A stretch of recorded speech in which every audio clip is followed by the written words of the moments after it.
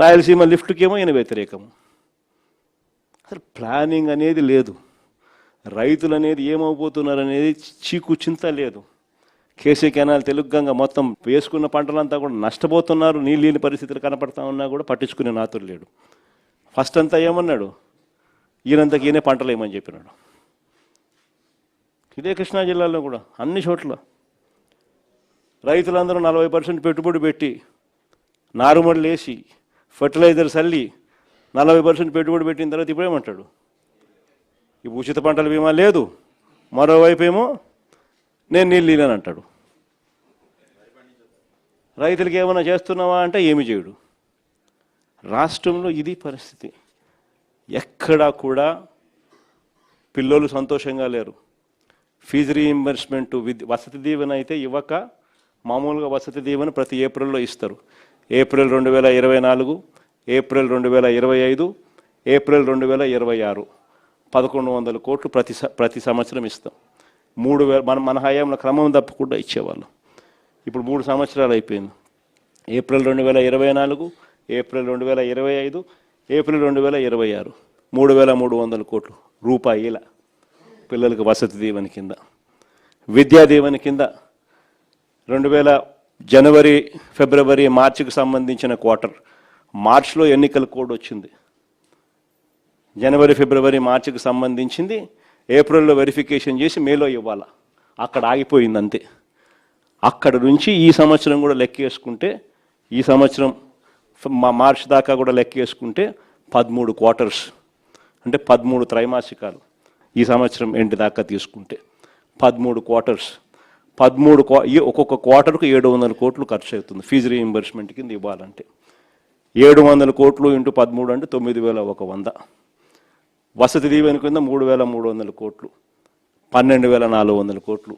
ఈయన ఇచ్చింది ఎంత అంటే ఒకసారి 1700, ఒకసారి 1100. 9000 చిల్లర కోట్లు పెండింగ్. పిల్లోళ్ళు సంతోషంగా లేరు. ఫీజులు అందని పరిస్థితి, చదువులు మానేస్తూ ఉన్న పరిస్థితులు, వైద్యం అందని పరిస్థితి. అక్క చెల్లెమ్మలకు కనీసం ఈయన చెప్పిన హామీలకు అయితే దేవుడు ఎరుగు, సూపర్ 6, సూపర్ 7 అయితే దేవుడు ఎరుగు. ఇచ్చే 0 వడ్డీ పథకాన్ని సైతం రద్దు చేసేసినట్టు. పొదుపు సంఘాలకు బ్యాంకుల్లో రుణాలు ఇచ్చే రుణాలు మన హయాంలో చంద్రబాబు నాయుడు వదిలేసిన ఇప్పుడు 20,000 కోట్ల చిల్లర ఉన్న రుణాలను మన హయాంలో క్రమంగా పెంచుకుంటూ పోయి 49,000 కోట్లకు తీసుకుపోయినాం. అక్క చెల్లెమ్మలకు మనం చేయూతనిచ్చినాం, ఆసరా ఇచ్చినాం, 0 వడ్డీ ఇచ్చినాం.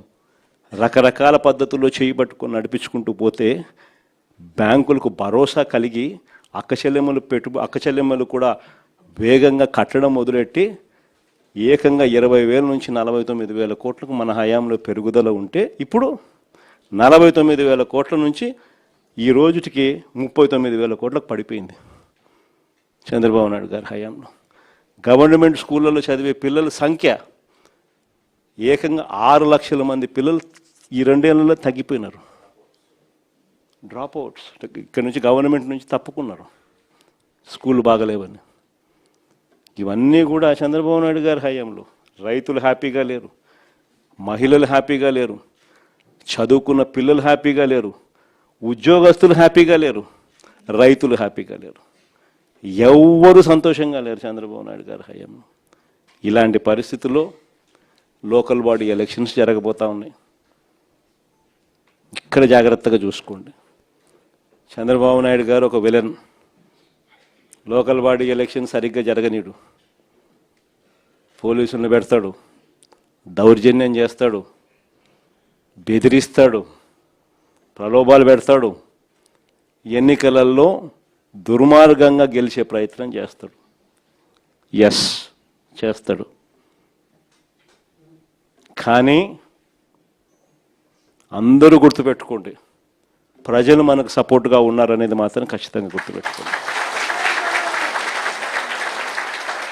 ఎన్నికలు ఖచ్చితంగా జరిగించండి. అన్ని రకాలుగా మీకు పార్టీ సపోర్ట్గా ఉంటుంది.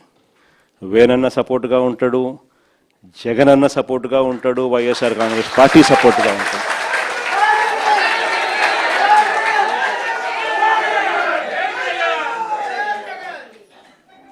గెలుపు ఓటమిలు వాళ్ళు ఏ రకంగా మేనేజ్ చేసినా, ఏ రకంగా ఒత్తిడి తీసుకొచ్చినా, ఏ రకంగా పోలీసులను పెట్టుకొని ఏం చేసినా కూడా యుద్ధం మాత్రం జరగాలి.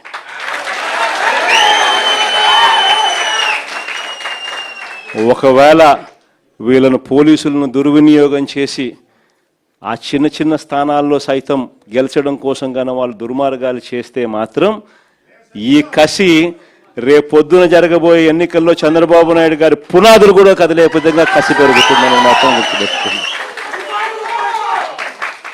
కాబట్టి ఖచ్చితంగా గట్టిగా పోటీ ఎదుర్కొందాం.